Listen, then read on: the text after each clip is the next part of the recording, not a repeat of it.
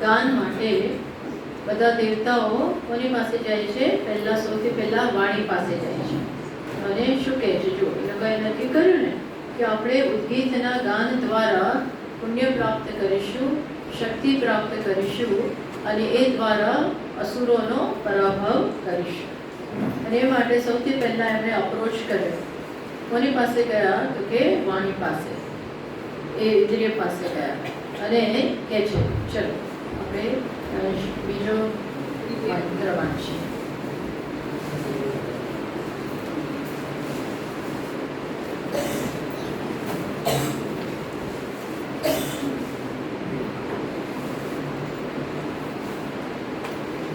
देहवाचं ऊचुः वन्न उद्गायेति तथेति देव्यः वागुद्गायत यो वाची भोगः तं देवेभ्य आगायत कल्याणं वदति तदात्मने ते विदुः अनेन वैनः उद्गात्रा अत्येष्यन्ति इति तम् अभिधृत्य आत्मना अविद्यन् सः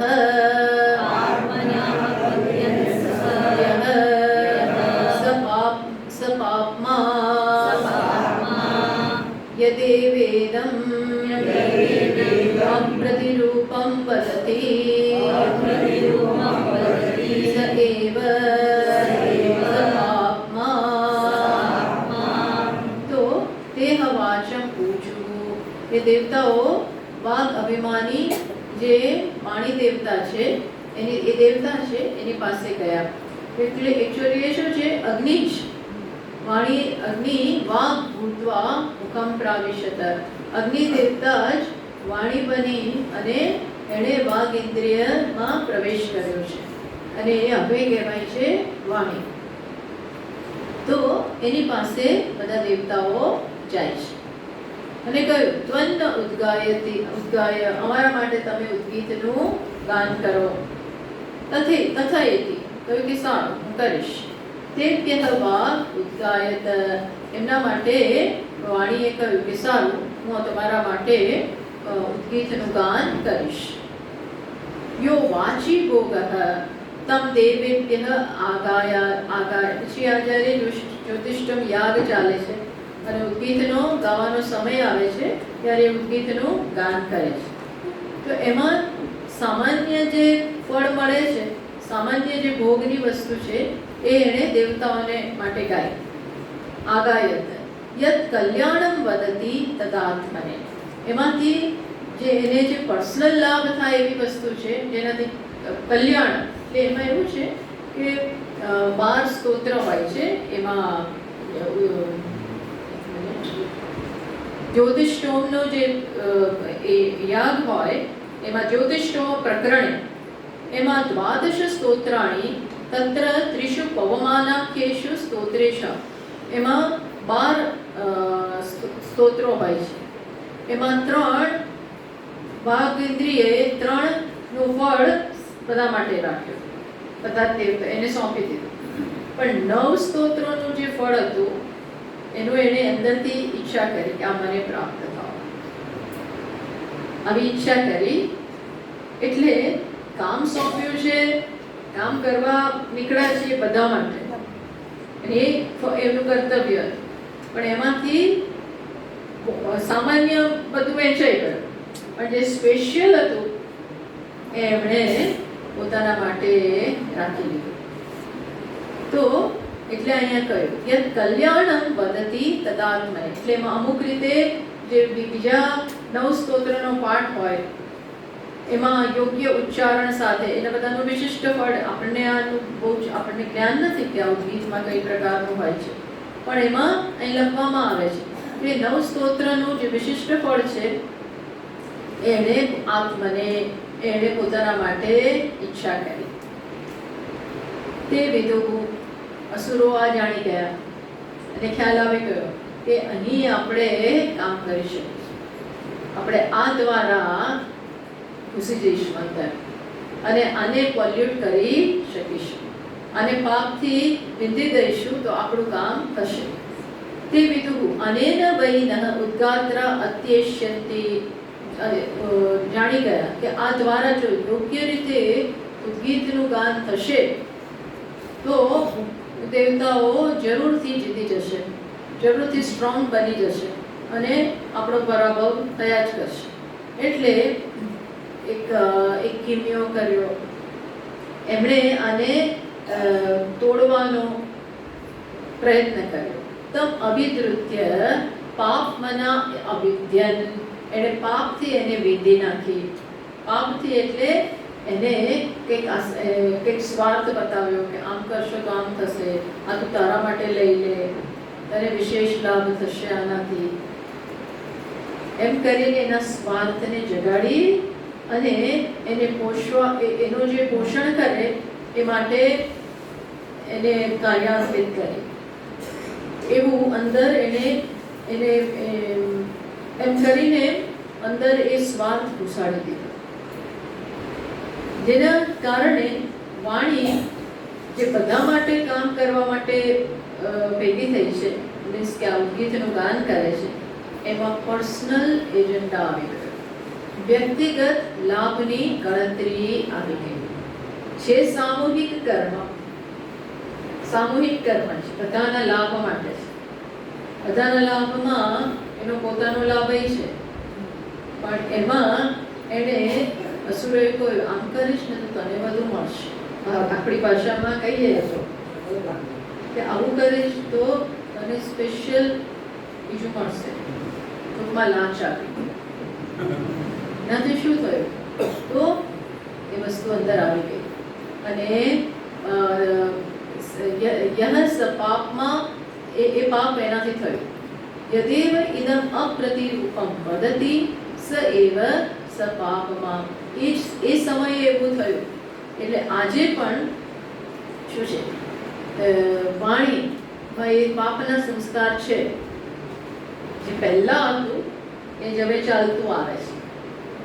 એટલે પહેલા જે સંસ્કાર હતા એને કારણે આજે પણ વાણી આવું બોલે, પોતાનો સ્વાર્થ જુએ, અને એને કારણે આજે પણ ન બોલવાનું બોલે, ન વચનો કહેવાના કરે. એનાથી શું થાય છે? આજે પણ પાપ થાય છે. આજે પણ વાણીથી જે આવું પાપ થાય છે એનું કારણ શું છે? કે એનામાં આ સંસ્કાર રહેલા છે. આ એક કહેવાની રીત છે કે વાણી પોતાનો લાભ જ્યારે જુએ ત્યારે શક્ય છે કે બીજાને એ લાભ આપતી નથી. અને એ દ્વારા છે ખરેખર, આમાં કહેવા શું માંગશે કે છે ખરેખર અગ્નિ, સામાન્ય અગ્નિ જે બધે જ ઉપલબ્ધ છે, પણ એ અગ્નિનું જ્યારે વ્યક્તિગત ઇન્દ્રિય સાથે તાદાત્મ્ય થઈ તો એ શું બની ગઈ? જાણે કે છે સામાન્ય અગ્નિ બધા જ સમગ્ર જગતમાં ઉપલબ્ધ, એ અગ્નિ પ્રિન્સિપલ, એ અગ્નિનો સિદ્ધાંત, પણ એને માત્ર એક દેહ સાથે તાદાત્મ્ય કરે, એક વાણી એક ઇન્દ્રિય સાથે તાદાત્મ્ય કરે, એટલે વ્યષ્ટિ બની ગઈ.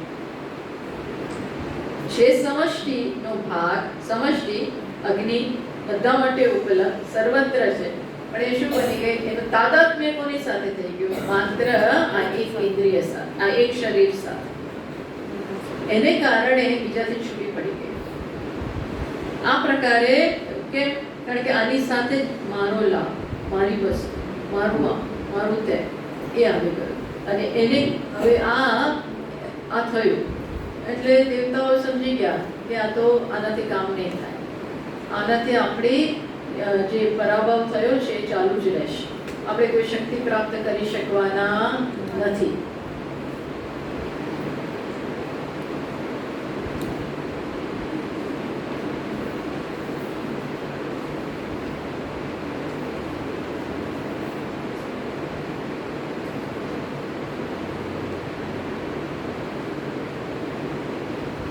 આનો અર્થ એવો પણ આપણે કરી શકીએ કે આજે પણ, અથવા તો વાણી હંમેશા જે ન બોલવાનું બોલે, તો ઘણીવાર એ એક આવેગને વશ થઈ જાય.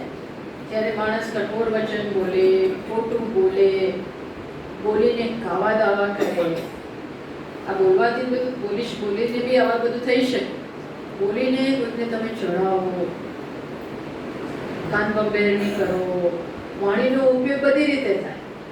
હવે આવું કરો, તમે જાણો છો કે આ ખોટું છે, છતાં પણ એવી રીતે બોલો, લાગે સાચું ઉપરથી, જો વ્યવહારમાં બધું થતું હોય છે, લાગે છે ને મેં ક્યાં કઈ કીધું છે, પણ એવી રીતે કીધું હોય ને, અમુક જગ્યાએ ભાર આપ્યો હોય, આમ કર્યું હોય, એમ કર્યું, એટલે સામેવાળાને બીજો સેન્સ જ પહોંચે, અને પછી એ મુશ્કેલ અને પછી ઘરમાં મહાભારત રચાય કે ક્યાંય પણ. આ તો બહુ બધું સમાજમાં બધે દેખાતું હોય છે. બોસને ખોટી રીતે ચડાવે, ફલાણાને, આ બધું કેટલુંય ચાલતું હોય છે. ભાગલા પડાવડાવે, કુટુંબમાં એવું બધું થાય ને, પત્ની પતિને અમે એવી રીતે વાત કરે, પેલાને એ જ સાચું લાગે, બીજું કંઈ સાચું જ ના લાગે. ઘણું બધું. આ તો એક સામાન્ય એક્ઝામ્પલ હું આપું છું. એને કારણે શું થાય કે એનો પોતાનો વ્યક્તિગત લાભ મળી જાય, પણ એક મોટા ફલક ઉપર અહિત થતું હોય છે, એવું થાય. એટલે આને શું કહેવાય? આ પાપ છે. વ્યક્તિગત સ્વાર્થ આવ્યો, વ્યક્તિગત નામની કોઈ વસ્તુ જ નથી. અગ્નિ તો સમાન છે બધે જ, એ જ વાણી બની ગઈ છે. એટલે છે એક જ, પણ છતાં એક જગ્યાએ અભિમાન, એક જગ્યાએ વ્યક્તિગત લાભ આવે ત્યારે પાપની એ વસ્તુની શરૂઆત થઈ. સામૂહિક લાભ કે સામૂહિક કલ્યાણ થતું અટકી જાય. દરેક પોતાનું આવી રીતે વિચારવાનું શરૂઆત કરી દે તો શું થાય? સ્વાભાવિક છે કે જે મેઇન વસ્તુ છે, જેના માટે તમે કામ કરો છો, એના પ્રગતિમાં એની પ્રગતિ નહીં થવાની. એટલે વાણી બોલે, અમુક વખતે એવું બોલે પછી શરીરને ભોગવવું પડે. આખા શરીરને ઘણી વખત એને કારણે સહન કરવું પડે. ક્રોધ થઈ ગયો, ખોટું બોલી નાખ્યું, પછી શરીરને પનિશમેન્ટ થાય. એ આવેગને વશ થઈ ગઈ, પાપથી એનું વિંધી નાખવામાં આવી. એટલે પાણીનો ઉપયોગ ખરાબ રીતે કરે, એને સારું લાગે, ક્રોધનો બધું બહાર કાઢે, પોતાનું ધાર્યું કરે. પણ પછી શું થાય? પછી આખા શરીરે જે ભોગવવું પડે એનો એને ખ્યાલ હોતો નથી. એને તો આવેગમાં આવીને બોલી નાખે. આવો અર્થ આપણે કરી શકીએ કે ન બોલવાને કારણે, કઠોરતાને કારણે, ખોટું બોલવાને કારણે, આ બધાને કારણે વાણીનો જે દુરુપયોગ થાય, યોગ્ય જે છે એ બરોબર છે, એનાથી સમાજમાં કે જે વસ્તુને તમે ભરેલા છો એને નહીં ભોગવવું પડે, એની પ્રગતિ થશે. પણ ખોટી રીતે જ્યારે પોતાનો લાભ જોવામાં આવે, ધારો કે કોકને ચડાવતા હોય, થોડુંક આમ તેમ મીઠું, મરચું, મસાલો બધું વધારીને, તો તમને લાભ થઈ જાય, વ્યક્તિગત લાભ થઈ જાય કે મને પ્રમોશન મળી જશે.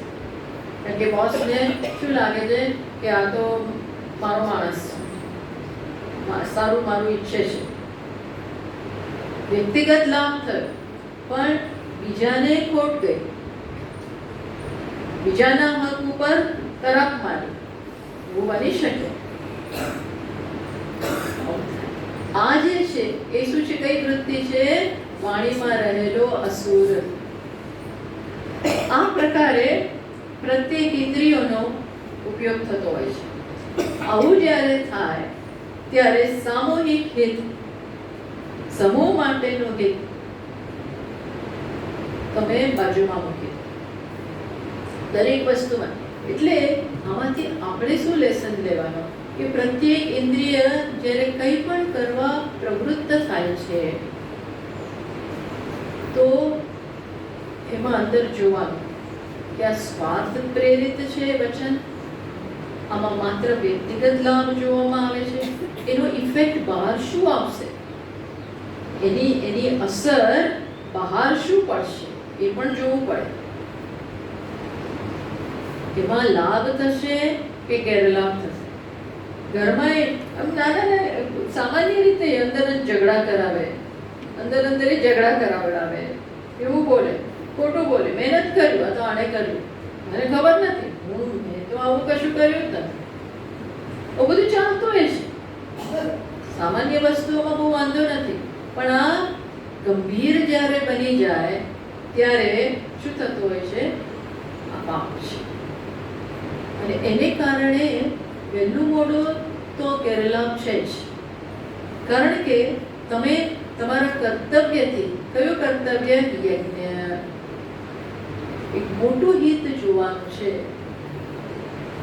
તમે એના ઉપર ઊભા છો, ત્યાંથી શક્તિ પ્રાપ્ત કરો છો, એનું હિત નથી જોતા. અને શું કરો છો? માત્ર વ્યક્તિગત પોતાના ખિસ્સા ભરીએ at the cost of others, બીજાના ભોગે આપણે આપણું કરી લઈએ. એટલે ખોટી માહિતી આપી દઈએ, ન માહિતી આપવાની હોય માહિતી બોલી નાખે, છુપાવવાનું છે આ વસ્તુ. જેમ કે મોટા ફલક ઉપર આપણે જોઈએ તો દેશના અમુક બધા આર્મીમાં હોય ને ત્યાંય બધે આવું હોય છે ને, મોટા બધા દેશદ્રોહીઓ નીકળે, ન કહેવાનું કહી દે, પેલા લોકો લાંચ આપે, તમને ફોડી લે, અને તમે જે બધી માહિતી, ગુપ્ત બધી માહિતીઓ ન આપવાની હોય આપી દો, તમને લાભ થાય, કરોડો મળી જાય. કરોડો શું, કેટલાય આવા તો પૈસા મળે આવું કરવાથી. તો બહુ મોટું સામે તમે આપી દીધું, એટલે તમને વ્યક્તિગત લાભ થયો, પણ એટ વોટ કોસ્ટ? દેશનું અહિત થયું. આવી રીતે આનો અર્થ આપણે આવી રીતે જોવાનો કે આપણે આ શું કરીએ છીએ, આખા શરીરને ઘણી વાર ભોગવવું છે. એક ઇન્દ્રિય ખોટું કરે એને કારણે આખા શરીરે ભોગવવું પડે. ધારો કે સ્વાદેન્દ્રિય પોતાના સ્વાદની ઈચ્છાથી પ્રેરાઈને ન ખાવાનું ખાઈ લે, આમ કરી નાખે, તેમ કરી નાખે, પણ શરીરની હેલ્થ એના ભોગે હોય છે. શરીરની હેલ્થ એનાથી સહન કરવું પડશે. તીખું ખાઈ લીધું ને મીઠું ખાઈ લીધું ને ખારું ખાઈ લીધું, સ્વાદને વશ થઈ ગયા તો શુગર વધી ગઈ. ગમ્યું ખરું ખાવાનું, આ ગમ્યું બહુ, વાણીને આ તો વાણીની વાત નથી પણ સ્વાદેન્દ્રિયની વાત ધારો કે એને મજા આવી ગઈ, પણ શરીરે ભોગવવું પડે, સમજ પડે આ રીતે. તો આવું જ્યારે થાય ત્યારે શું થાય છે? દેવતા નબળા પડે. દેવતા નબળા પડી જાય અને કોણ પુષ્ટ થાય? અસુરો પુષ્ટ થાય. આને કારણે પછી સહન કરવું પડે. અધર્મ આ રીતે અધર્મની અભિવૃદ્ધિ આ રીતે જ થાય. આ પેલી મંથરાએ અને ચડાવી બરોબર, પાણીનો જ ઉપયોગ કર્યો, મંથરાએ બરોબર ચડાવી. એને એવું કરવાની શું જરૂર? એ તો એમ કે ના મને તો કાંઈ નથી, પણ તમારી કાલે કંઈ રહેશે નહીં. જો કૌશલ્યાનો દીકરો રાજા બની જશે, પાટવી કુંવર બની જશે અને એને રાજા બનશે, તો તમારું તો કંઈ રહેશે જ નહીં. કૌશલ્યાને માન મળશે, તમે તો કંઈ પાછળ જતા રહેશો. હવે આવું કંઈ હતું નહીં, પણ એટલી સફળ થઈ, વાણીનો એવી રીતે ઉપયોગ કર્યો, એવી ચડાવી, એવી ચડાવી, એવી ચડાવી. શરૂઆતમાં તો પેલી કઈ એને કહ્યું કે શું બોલે તું, તને ખબર છે રામને મારા કરતા વધારે કૌશલ્યા કરતા મારા પર પ્રેમ વધારે. અને હકીકત હતી, એ તો હકીકત રામ માટે તો હંમેશા રહી, મારા પર વધારે પ્રેમ રાખે છે. ખબર નથી, મને એ બહુ જ પ્રિય છે, પણ એવી ચડાવી. એટલે આવી વસ્તુને પ્રોત્સાહન પણ આપવું. ક્યારે ઇન્દ્રિય વશ થઈ, પહેલા એને વિરોધ કર્યો, પણ પછી એને મંત્રાને બહુ પ્રોટેક્શન આપ્યું, મંત્રાની જ વાત માની અને એને જેમ કરાવ્યું એ બધું કર્યું. એકદમ પરિવર્તન આવ્યું, એકદમ જ. અને ત્યાં પણ કથા તો એવી જ છે, તુલસીકૃત રામાયણમાં રામચરિત માનસમાં આપણે જોઈએ છીએ કે દેવતાઓએ એમાં એવું થયું કે એવી રીતે આપણને બતાવે છે કે રામને રાજ્યાભિષેક થવાનો છે એ જાણીને દેવતાઓ દુઃખી થઈ ગયા. દેવતાઓ ત્યાં દુઃખી થઈ જાય, કારણ કે તો શું થશે? રામ વનમાં નહીં જાય, વનમાં નહીં જાય, કારણ કે પ્લાન એવો હતો કે ત્યાં જાય તો રાક્ષસોને અને બધા રાક્ષસો યજ્ઞ વજ્ઞ કશું કરવા નહોતા દેતા, ઋષિમુનિઓને હેરાન કરતા હતા, એટલે અધર્મ વધી જ રહ્યો હતો રાવણના પ્રભાવને કારણે. એટલે દેવતાઓની ચિંતા થઈ, જો આવું થશે તો રામ તો હવે રાજા બની ગયા, તો વનમાં તો જવાના જ નહીં. એટલે ત્યાં એવી કથા છે કે દેવતાઓએ સરસ્વતીજીને ઊભા કર્યા, સરસ્વતીજી પાસે લાગવગ લગાવી અને કહ્યું તમે આ મંત્રાની મતિ ફેરવી દો, કઈ મતિ ફેરવી દો. તો કે હું એવું નહીં કરું, તો કે તમારા માટે નહીં. ત્યાં તો આવી ચર્ચા છે કે દેવતાઓના હિત માટે, ધર્મની વૃદ્ધિ માટે આ કરવું જ પડશે. રામે વનમાં જવું જ પડે તો જ કામ આગળ થાય, નહીં તો નહીં થાય. એટલે સરસ્વતીજી પછી ત્યાં તો ખરેખર સામૂહિક કલ્યાણ માટે આ બધું થયું છે, પણ આવી ચાલ રમવામાં આવેલી દેવતાઓ મળે. એટલે suddenly all of A sudden આખો પ્લોટ બદલાઈ ગયો. પણ ટૂંકમાં અત્યારે તાત્પર્ય એ છે કે વાણી એવું બોલે, લોકો ચડાવે અને આપણે માની લઈએ, અને એકદમ જ શંકાઓ છે. એવું થતું હોય છે, એવું બધું થાય, જુઠ્ઠું બોલે આપણે માની લઈએ. આવું કેટલું બધું થતું હોય છે વ્યવહારમાં. આ તો ક્ષણે ક્ષણે આ જોવાનું છે કે આ બોલવાથી હું કરું છું શું. નિંદા કરીએ, નિંદા કરે એમાં વાણી મજા આવે, નિંદાનો બહુ રસ હોય છે, નિંદા બહુ રસ જન્માવતી હોય છે. કારણ કે બીજાનું ખરાબ બોલીને આનંદ આવતો હોય છે, પણ એમાંથી થાય છે શું? સમાજ સામૂહિક જે હિત છે, શરીરનું હિત છે, જેને પણ આપણે ભરેલા છે ત્યાં અહિત થતું હોય છે. એટલે આ પ્રત્યેક ક્ષણે આવી રીતે વિચાર કરો કે શું અસુરો મને કે મારી ઇન્દ્રિયને ખોટું કરવામાં, ખોટું કરાવડાવવામાં સફળ થાય છે? અહીંયા એવું થયું, સફળ થઈ ગયા. બસ પાણીએ તરત પોતાનો લાભ જોયો, સામાન્ય બધા માટે રાખ્યું, વિશેષ પોતાના ખિસ્સામાં મૂકી દીધું. બાકી આ તો બધા માટે કામ કરવાનું છે. જ્યારે આવું યજ્ઞ કર્મ તમારી યજમાન માટે કરવાનું છે. આ જે યાગ થતો હોય એમાં જે ઋત્વિકો હોય એ કે દેવતાઓની સ્તુતિ કરે, આ કરે, એ બધાનું ફળ કોને જાય? યજમાનને જાય, તમારે ના લેવાય. એ ઋત્વિક પોતાના માટે ના લઈ શકે, પછી કામ તો કરે છે, એ જ ગાય, એ જ આહુતિ આપે, એ બધા બેઠા હોય. એક યાગ થતો હોય ને ત્યારે કેટલાય બેઠા હોય, એ બધા પ્રિસ્ટ બેઠા હોય, તો એ કે પોતાના માટે નથી આ લાભ લેવા. એ બધાનું ફળ કોને જાય? દેવતાઓનું આહવાન થાય અને પછી સંકલ્પ થાય કે યજમાન એના બધા દુરિતો જે પણ હેતુ હોય એ જ પૂર્ણ થયા, અને મારું થાય એમ નહીં, એના માટેનું છે. તો તે વખતે તમે એનું ફળ પોતાના માટે કેવી રીતે માંગી શકો? જે 12 સ્તોત્રમાંથી 9 પોતાનું લઈ લીધું, એ કેવી રીતે થાય? એ કર્યું. હવે એ સફળ કેવી રીતે થાય? એ ઉદ્ગીતનું ગાન સફળ થવાનું નથી. એ ઉદ્ગીતથી બળ પ્રાપ્ત કરવા માંગતા હતા. એ બળથી પ્રજાપતિનું એ હેતુ હતું, એ બળ ના મળે, કારણ કે ત્યાં વચ્ચે અડધુવાણે લઈ લીધું, પોતાના માટે લઈ લીધું. તો બધું હોય છે. બાકી બધાના જ શેર હોય પબ્લિકના, એમાંથી બધા જાત જાતના સ્કેન્ડલો થાય છે, સ્કેમ થાય છે, બધું પડાવવી પડે. હવે પબ્લિકની પ્રોપર્ટી તમે પચાવવી પડે. કાવા દાવા ખોટું બધું કરી નાખવું કેટલું હોય છે. ત્યાં શું છે? વ્યક્તિગત લાભ જોવામાં આવે છે. અંતતો ગત્વા આ બધું તોડી પાડનારું છે,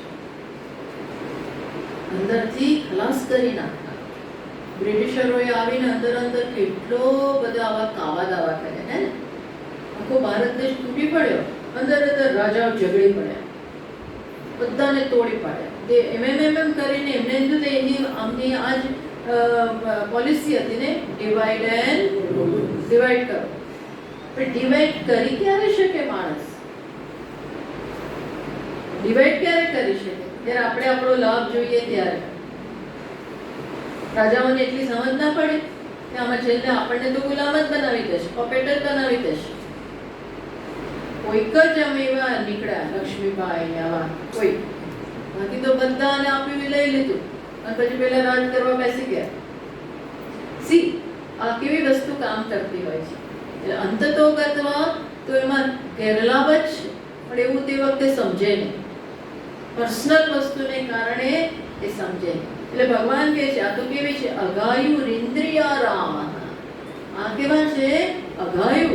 અગાયુ પાપ ખાનારું છે. ઇન્દ્રિયારામ, ઇન્દ્રિયોમાં જ રમણ કરનારા છે આ અસુર. જે ઇન્દ્રિયોમાં રમણ કરે, ઇન્દ્રિયોને તૃપ્ત કરવામાં જેને મજા આવે, એને શું કહેવાય? અસુર. એટલે આ ઈશાવાસ્યમાં એટલે કહ્યું શું આવ્યું? અસુર્યા નામ તે લોકાહ અંધેન તમસા. એટલે ત્યાં એની જે બધી વ્યાખ્યા ચાલે છે એનો વિસ્તાર થઈ રહ્યો. અસુર્યાને કહ્યું ત્યાં કે જે આવા સ્વાર્થી લોકો છે, જે ઇન્દ્રિયોમાં જ રમણ કરે છે, એ શું છે? એ પોતાનું બગાડે છે. અંધેન તમસા વૃતા. એમનો જીવન, એમનો માર્ગ અંધકારથી છવાઈ જાય છે. અંધકાર જ એમને લીડ કરે. મૃત્યુ પછી પણ એવી ગતિ થાય. ત્યાં એવું કહેવામાં નરકમાં જાય. તાંસ્તે પ્રેત્યાભિગચ્છન્તિ. પ્રેત્ય મૃત્યુ પછી એ ત્યાં જાય. કેવા લોકમાં જાય? જ્યાં અંધકાર છે, અજ્ઞાન છે, દુઃખ છે. બીકોઝ આ ખોટાનું રિઝલ્ટ એવું જ આવવાનું.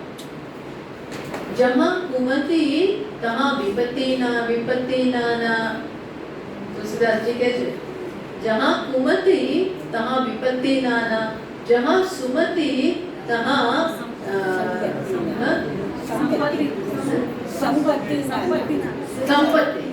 જહાં સુમતિ તહાં સંપત્તિ ના. તુલસીદાસજી સુંદરકાંડમાં કહે છે કે જહાં સુમતિ તહાં સંપત્તિ, અનેક પ્રકારની સંપત્તિ, અનેક પ્રકારની આંતરિક અને બાહ્ય બધું મળે.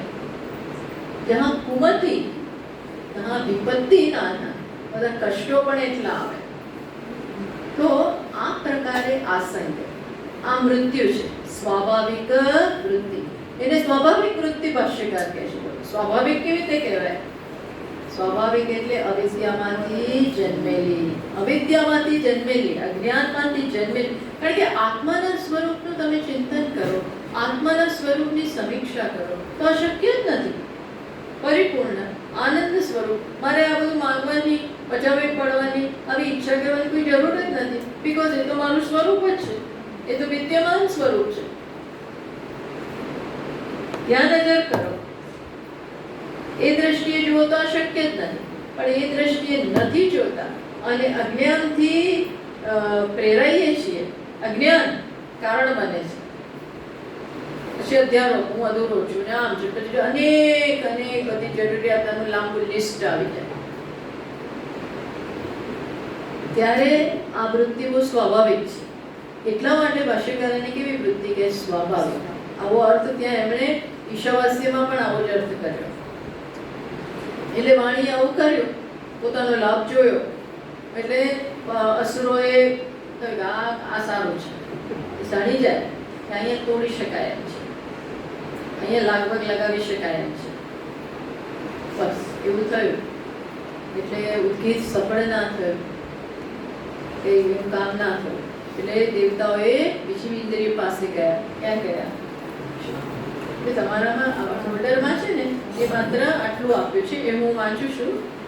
વચ્ચે બધા આવી ગયા. અતઃ પછી લખ્યું છે અતઃ પ્રાણમ ઉચ્ચું. ત્યાં પ્રાણ એટલે જ્ઞાનેન્દ્રિય. એ પ્રાણ એટલે જ્ઞાનેન્દ્રિય સમજવાનું. અતઃ પછી ફોલ્ડરમાં નથી આપ્યું, પણ એ શ્લોક મંત્રમાં આ પ્રકારે છે. અતઃ પ્રાણ એ જ વસ્તુ. અતઃ પ્રાણમ ઊંચું ત્વમને ઉદ્ગાયેતિ, તમે અમારા માટે ગીતનું ગાન કરો. તો પ્રાણે કહ્યું સારું, હું ગાઈશ જ્ઞાનેન્દ્રિય.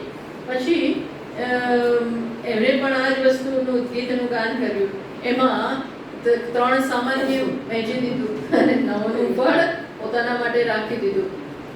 અસુરો આ જોઈ ગયા કે આ પાપથી એને વિંધી નાખી. એટલે આજે પણ જ્ઞાનેન્દ્રિય શું કરે છે? ન સૂંઘવાનું સૂંઘે.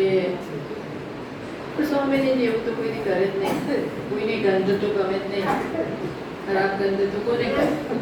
પણ એવું જીવન જીવવું કે આપોઆપ દુર્ગંધ ફેલાય, એ શું છે? પાપ છે. તો જે વાતાવરણમાં એ બધું બીજું અમુક વસ્તુઓ ફાઉલ જ છે, ખરાબ જ છે, ખરાબ અસર આપણા ઉપર થવાની જ છે. છતાં પણ એ કરે તો શું થાય? એનાથી જીવનમાં સફળતા આવતી નથી. એટલે જ્ઞાનેન્દ્રિય પણ નિષ્ફળ ગઈ, ફેલ થઈ ગઈ, એનું પણ ચાલ્યું નહીં. એટલે ગયા દેવતાઓ પછી ગયા ચક્ષુ પાસે. અતઃ ચક્ષુઃ ઊંચું, અતઃ ચક્ષુઃ ઊંચું. જુદી જુદી રીત ટ્રાય કરે છે. ચક્ષુરેન્દ્રિયને કહે છે તો અમારા માટે ગીતનું ગાન કર. કે સારું, હું ગાન કરીશ. એણે બી સેમ વસ્તુ કરી. એને શું કર્યું? સેમ 3 સામાન્ય વહેંચી દીધું, બીજું 9નું ફળ પોતાના માટે. અસુરો જાણી ગયા અને એને પણ પાપથી વિંધી નાખ્યા. એટલે આજે પણ આ બધું આપણામાં સંસ્કાર આવા કેમ છે? ન જોવાનું જોવું. There are always do's and don'ts. બધી વસ્તુમાં do's and don'ts. આ કરાય, આ ના કરાય. એટલે ગાંધીજી કહ્યું ને, એમના 3 પેલા વાંદરા છે, એમને રાખ્યા હતા. શું સરસ! ન જોવાનું નહીં, ન બોલવાનું અને નહીં સાંભળવાનું.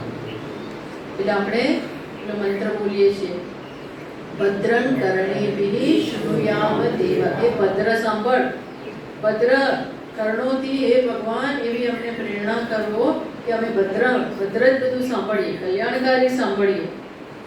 ચક્ષુથી ભદ્રમ પશ્યેમિ ભદ્રમ પશ્યેમિ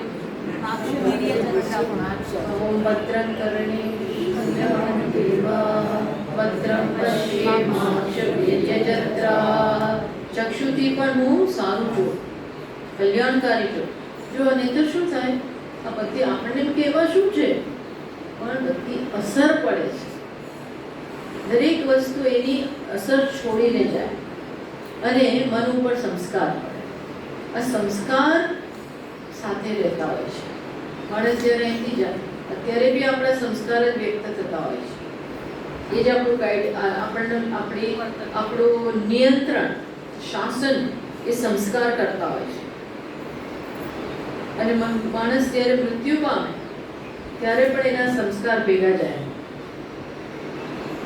એ સંસ્કાર ભેગા જાય અને પછી પણ એ જ એનું નિયંત્રણ કરે. એટલે આમ ખરાબ સંસ્કાર જાણો કે ભેગા થતા જ ગયા તો કાળે કરીને પછી માણસ કેવો બને, અસુર બને છે. અસુર એટલે એવું નહીં કે આમ શીંગડાઓ કે મોટા મોટા દાંત હોય, કાન મોટા હોય, એવું નહીં. પણ અસુર એટલે શું? ખરેખર આ વૃત્તિ અંદર જ રાક્ષસી વૃત્તિ, ન જોવાનું જોવું. મને કહ્યું રાવણને કે આ તો ત્રિલોક જેના કારણે છે, એમની પત્ની જગદંબા છે સાક્ષાત. આ જગદંબા છે, તું કોના પર નજર કરે છે? તું કોની ઈચ્છા કરે છે? વિચાર તો કર. હું બધાએ કીધું, મારી છે પણ કરું, મારી જ ને એને હાથમાં લીધો તો મારી છે પણ આજ બેટા કોણ છે ખબર છે? તમે કોને મારો પછી આમાં તમે બહુ કહો છો, મને આમાં વચ્ચે સંડોવો છો. એ બિચારા એને સાંભળવું જ પડે એવું હતું. કોણ છે? વિભીષણે પણ કહ્યું, હું મંદોદરીએ કહ્યું, પણ કોઈનું સાંભળવા તૈયાર નથી, કોઈનું સાંભળવા જ તૈયાર નથી. પછી એ સ્ટેજ આવી જાય. ટૂંકમાં આ દ્રષ્ટિનો કેવી રીતે ઉપયોગ કરીએ છીએ, ન જોવાનું જોઈએ. અસર કરતું જાય. ચક્ષુને તો ગમે કદાચ, કારણ કે એને તરત એમાં સારું લાગે, એની ગ્રેટિફિકેશન, એની એ ઇન્દ્રિય તૃપ્ત થાય. પણ કયા ભોગે? સંસ્કારના ભોગે. ખોટી ટેવ પડે છે. એ આનંદ લેવા જવામાં તમે સાત્વિક આનંદ ગુમાવો છો. આત્માનો અથવા ધર્મથી પ્રાપ્ત થતો જે આનંદ છે, જે સુખ છે, એ ગુમાવેલો છે. એટલે શું જુઓ છો એ બહુ અગત્યનું છે. એટલે આપણે આપણું સતત મોનિટર કરવાનું કે હું શું ટેવ પાડી રહ્યો છું. બહુ અગત્યના છોકરાઓ આ નેટ બધું ફ્રી શું જુએ છે આપણને કંઈ ખબર જ નથી. છોકરાઓ શું બધા જ યુવાનોને જે બધા હોય આ લપસણી ભૂમિ છે. આ બધું કેવું છે, ત્યારે માણસ લપસી જાય ખબર ના પડે. કોઈ કંટ્રોલિંગ જ નથી રહ્યું. કોઈ કંટ્રોલ કરનારું હોય, એટલા માટે કંટ્રોલ કરનારું બહુ જરૂરી છે. શું કરે તું? બધું ધ્યાન હોવું જોઈએ. નથી એના રૂમમાં શું કરે અમને શું ખબર? આવીને સીધા રૂમમાં ઘૂસી જાય, બારણો લોક કરી દે, એની પાસે બધા સાધનો હોય. આપણને શું ખબર આ છોકરો શું કરે? કંટ્રોલ હોવો જોઈએ. આપણાથી એવું કહેવાય ને, પણ નહીંતર પછી એ શું થશે એનું એને ભગવાન ભરોસે છે. એ શું થશે ભગવાન ભરોસે ને, એના સ્વભાવ ભરોસે. એનો સ્વભાવ જ પછી એનું નિયંત્રણ કરશે. અને એકવાર એ થયું પછી ખલાસ. પછી ભગવાન શું કહે છે? ક્ષિપામ્યહમ અજસ્રમ શુભાન. હું પછી એમને પછી એક સ્ટેજ એવું પહોંચશે, અસુર બનશે, પછી એક સ્ટેજ એવો આવશે ને કે પછી એ સુધરવાની શક્યતા નથી, એટલે પછી એને ડિસ્ટ્રક્શન જ કરવું પડે, એવી સ્ટેજે પહોંચાડે. ભગવાને એ કહ્યું, હું વારંવાર પછી આવું કરું છું, બહુ સમજાવો, બહુ સમજાવો, બહુ સમજાવો, કોઈ સમજે જ નહીં. હિરણ્યકશિપુને ભાઈ બહુ સમજાવ્યું, પોતાનો દીકરો છે, વિચાર કરો, સામે પોતાનો દીકરો છે, પણ નહીં, મારો વિરોધ કરે, મારા શત્રુનો તું ભક્ત છો, ખલાસ. સાંભળવા જ તૈયાર નથી, કોઈ સમજ એની ઉપર અસર જ નથી, કઠોર બની જાય, એટલો કઠોર, એટલો કઠોર, એટલો કઠોર, પછી સુધરવાની કોઈ સ્કોપ જ નથી, ત્યાં સુધી ના પહોંચો. એ કહે છે તો ચક્ષુમાં પણ એ અસુરો જોઈ ગયા અને પછી એને બી બિંદી નાખી, એટલે એને જે ઉદ્ગીતનું ગાન કર્યું એ સફળ ના થયું. એટલે ત્યાંથી આગળ ગયા દેવતાઓ. ક્યાં ગયા? અતઃ શ્રોત્રમ ઊચુઃ, શ્રોત્રેન્દ્રિય પાસે ગયા અને તમે અમારા માટે ઉદ્ગીતનું ગાન કરો. પણ એ પણ સેમ કેસ ત્યાં પણ થયો. શ્રોત્રેન્દ્રિયને પણ પાપથી બિંદી નાખી, એ પણ વ્યક્તિગત લાભમાં વશ થઈ ગઈ, વ્યક્તિગત લાભને વશ થઈ જાય છે. અને એને કારણે એણે જે ગાન કર્યું, જો કર્મ વીર્યવાળું નથી બનતું, શક્તિમાન બનતું બની નથી શકતું, જ્યાં સ્વાર્થરૂપી શીલામાંથી શક્તિ બધી વહી જાય. એ તમારા કર્મને શક્તિ ન આપવા, કારણ કે એમાંથી અમે થોડું પર્સનલ વાપરી લીધું, પોતાના માટે લઈ લીધું. એટલે આપણામાં પેલું કહેતા હતા ને સ્વામીજી મહારાજ કે ગાંધીનગર ક્યાંક પણ ઓફિસમાં પેલા બધા ઓફિસરો બેઠા હોય તો ટેબલ ઉપર તમે એમની પાસે જાઓ ગવર્મેન્ટમાં અને તમારે આ કામ જે બધું કામ કરાવવાનું હોય તો એ કહે છે કે કામ થશે પછી ધીરેથી એક પ્લેટ આમ સરકાવી દે, એક બોર્ડ પ્લેટ રાખી હોય એ ધીરેથી તમે આવો એટલે બધું તમારી વિગત રજૂ કરો, પછી તરત આમ ફેરવી દે. એ બાજુ લખ્યું હોય અમારું શું, એમાં શું લખ્યું હોય મારું શું, ભૂલવાનું નહીં, બતાવી દેવાનું અમારું શું એટલે સમજી જાય. મારું શું એટલે શું અને શું આમાં under the table, under the table મારા માટે શું શું થાય કે ફાઇલ પાસ થઈ જાય. જો તમે એને આપી દો તો ફાઇલ પાસ થાય, પણ એ શું કરે બહુ બધું થતું, એ ખોટું ખોટું બધું પાસ કરાવી દે. પછી એ કોર્પોરેટ હાઉસીસ ને એ કંપનીઓ અને પછી જે બધું દૂષણો ફેલાવે અને વ્યક્તિગત લાભ લઈ લે, આ બધું ચાલે છે ને, કેવા કેમિકલ્સો છોડે ને આ બધું પાસ કેમ કર્યું? આ બધું જવા દેવાનું પરમિશન જ છે એના માટે આપે. આવા બિલ્ડિંગો બને છે, ખોટી જગ્યાએ બનતા હોય છે, નથી એમાં લિફ્ટની ને ફલાણી, આ બધું અર્થક્વેક થાય ત્યારે ખબર પડી કે કેટલામાં કોઈ આ ધ્યાન રખાયું જ નથી. આડેધડ કન્સ્ટ્રક્શન કરી નાખે, આડેધડ. ચેન્નાઈમાં બધા કે બધે આટલા પાણી છે ને ભરાય છે, પાણીનો નિકાલની કોઈ વ્યવસ્થા કેમ નથી? તો તળાવો પૂરીને બધું કેટલું ચાલે છે, શેના માટે થશે? પછી આખું શહેર તણાઈ જાય છે, ત્યારે મને ક્યાં સ્પર્શે છે? જોયું દેશની પાયમાલી. આપણે એમ કે આપણે છટકે આપણને ક્યાં સ્પર્શવાનું છે? એ રેલો આપણે નીચે પણ આવે જ, આવે જ. અસહ્ય ગરમી, અસહ્ય ઠંડી, આ બધું થવાનું છે. જુઓ તો મને કહ્યું સ્વામીજી આપણે કેવાય આપણે જવાબદાર છીએ, આડકતરી રીતે જાણે અજાણે બધા જવાબદાર છીએ. આજે નહીં તો ક્યારેક કરેલું હશે આ બધું. આ છે પાપ. એને કારણે વહેલું મોડું બધાએ સફર કરવાનું છે, ડાયરેક્ટલી ઇનડાયરેક્ટલી.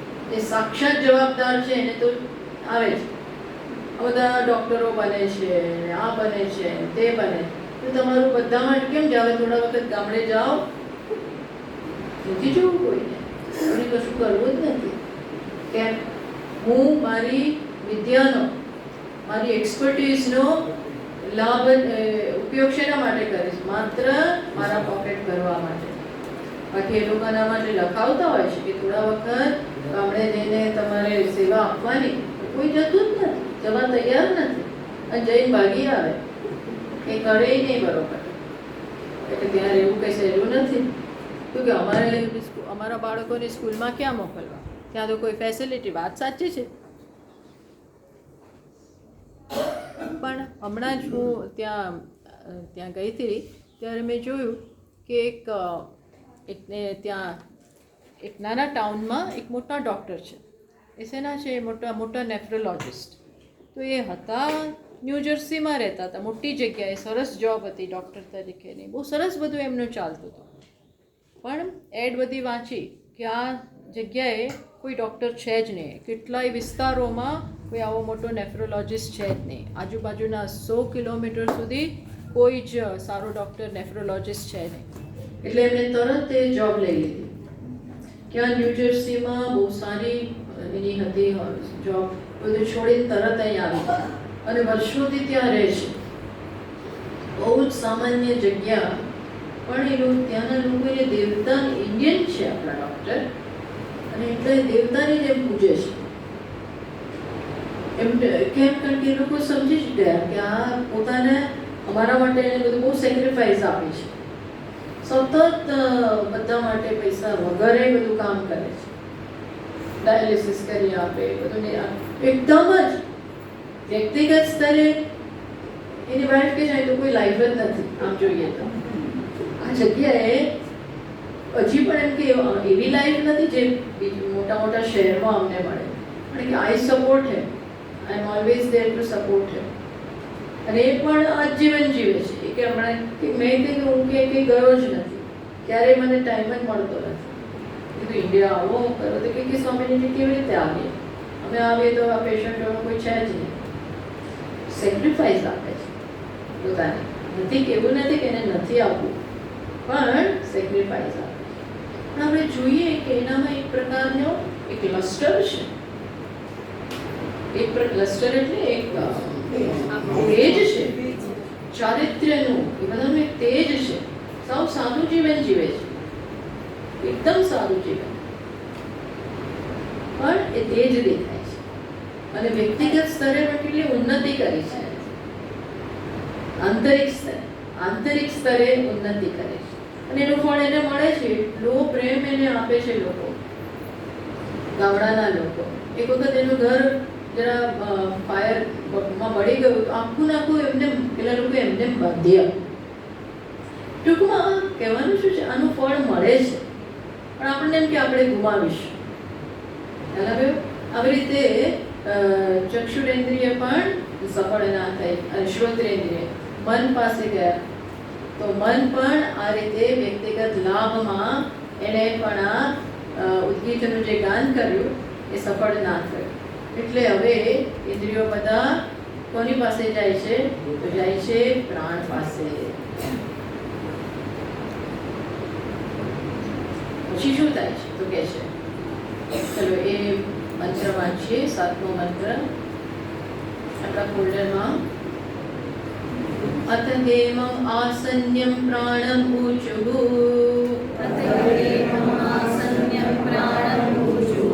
ત્વં ન ઉદ્ગાયેતિ તથેતિ કેભ્યઃ એષ પ્રાણઃ ઉદ્ગાયતે ન ઉદ્ગાયતે તે વિદુઃ અનેન વૈનઃ ઉદ્ગાત્રા અધ્યેષ્યન્તીતિ તમ અવિધૃત્ય આત્મના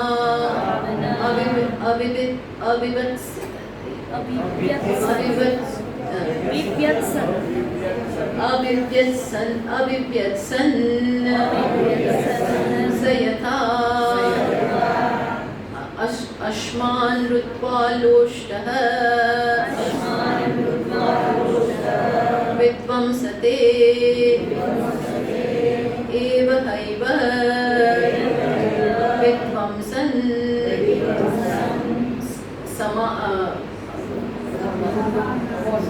समानाः विश्वञ्चः विनेषु ततः देवाः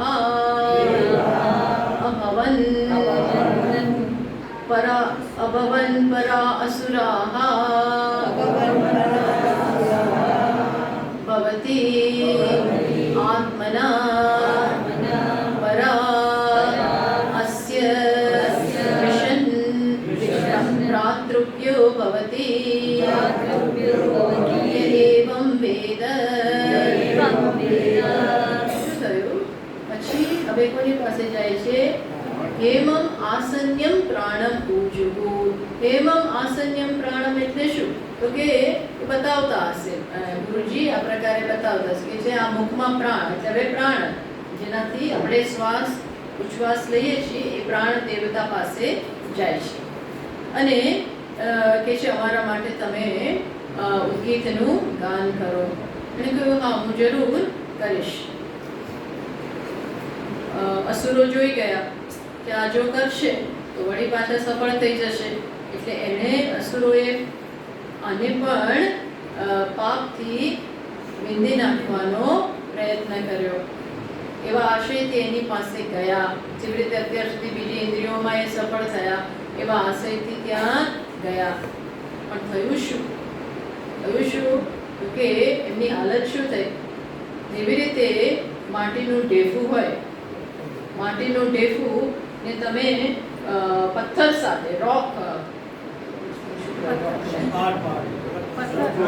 મોટા પથ્થર હા ખડક સામે ફેંકવામાં આવે તો એ માટીના ઢેફાનું શું થાય ચૂરે ચૂરો પેલાને કંઈ ના થાય એ ખડકને એ પથ્થરને કંઈ જ ના થાય પણ આ માટીનું ઢેફું ચારે બાજુ ઢીલું ફેંકાઈ જાય એવું થયું આ બધા અસુરો આવી રીતે આમની પાસે ગયા પાપથી વિંધવાનો એને પ્રયત્ન કર્યો અને એને હાલત શું થઈ એ બધા વિનેશુ બધા નાશ પામ્યા આવું થયું એટલે કે છે કે બસ એને કારણે અને એમનો પરાભવ થયો અને પછી આ ઉદ્ગીત શ્રેષ્ઠ રીતે એનું ગાન થયું શક્તિ પ્રાપ્ત થઈ યજમાનને અને ક્રમશઃ એ પ્રજાપતિ રૂપે સ્થિર થઈ ગયા પ્રજાપતિ બની ગયા અને શું થાય છે આના ઉપરથી શું બોધ આવે છે જે આવી રીતે પ્રજાપતિ રૂપે સ્થિત થાય છે તો પછી એનો જે દ્વેષ કરનારા હોય જે એના